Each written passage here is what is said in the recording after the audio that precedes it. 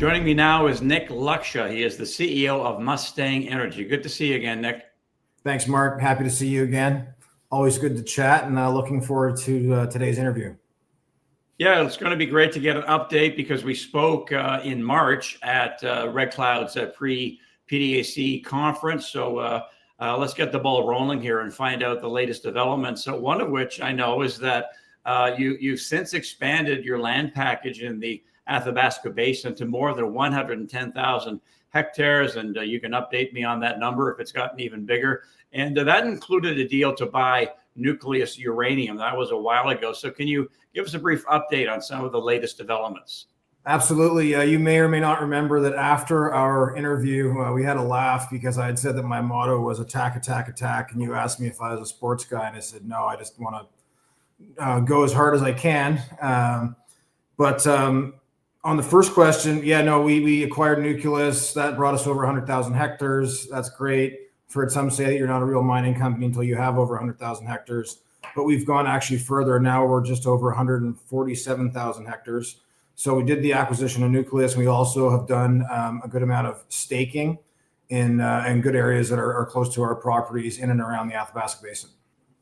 Well, as part of that, you struck some options agreements with Thunderbird Resources, and this will allow Mustang eventually, if all the criteria are met, to own 80% of Cluff Lake and Surprise Creek, those two projects. And so those are dependent, as these kinds of deals usually are, on CapEx requirements. Can you elaborate on those two?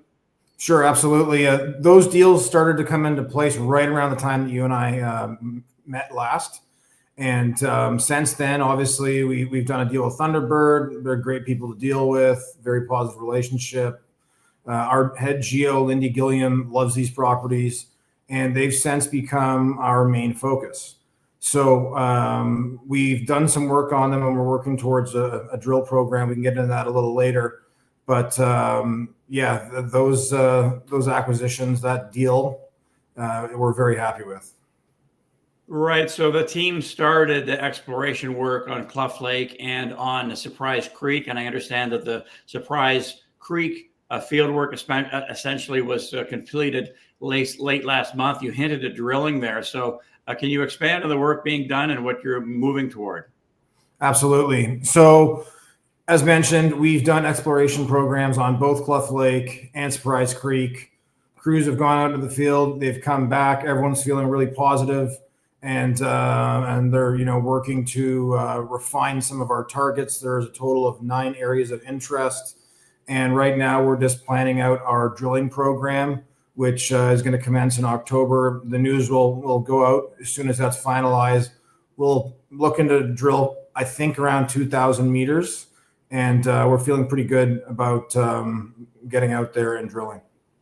All right, so drilling in the fall, and then, of course, some assay results will come in eventually. So there's some news flow and some catalysts there for investors. Can you take us through the rest of the year and into 26 and what investors can look forward to? Absolutely. I'll go back a bit further since we last spoke again. Of course, we acquired properties, already talked about that. We've raised a couple million extra dollars. We've flown our radiometrics over our Spur project. We've done the exploration programs at Surprise and Cluff. We're getting ready to go out and drill in October. We're also anticipating another drill program in January. We've been looking at a couple of potential acquisitions. We'll aim to raise some more money before the end of the year. So there's lots of stuff going on, and we're just going to work. As I've said before, at the end of the day, my job is to determine whether or not we are sitting on top of a significant deposit of uranium, if not some of the other minerals that we're starting to focus on. But we're just going to go and explore, acquire, drill, and look to make a meaningful discovery. Okay, go, attack. Mustang Energy, as we've discussed, is still a fairly new player. But it's fast moving. So I'm just wondering what kind of feedback you're getting from investors. Is there still a need to continue to educate and let people know about the opportunity with the company? I think it's important to always be doing work, whether it's work in the office, raising money, planning out work in the field, and then doing the work in the field. But I think that you should always be working. You should always be telling your story. so people know that it's an active business that's striving for success.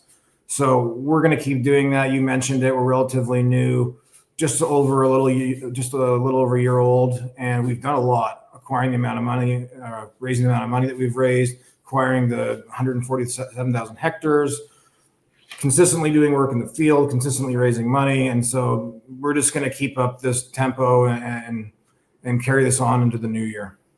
Lastly, Nick, is there anything we haven't hit on? The floor is yours to espouse on anything else you'd like to touch on.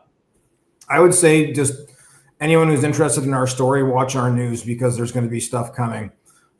As anytime you go into the field and you do exploration, as you said, assays are coming. So there are results coming. So those are going to come. We're going to put out the news release. We are going to go out there and drill. News is going to come from that. Just watch us, because we will always have something going on.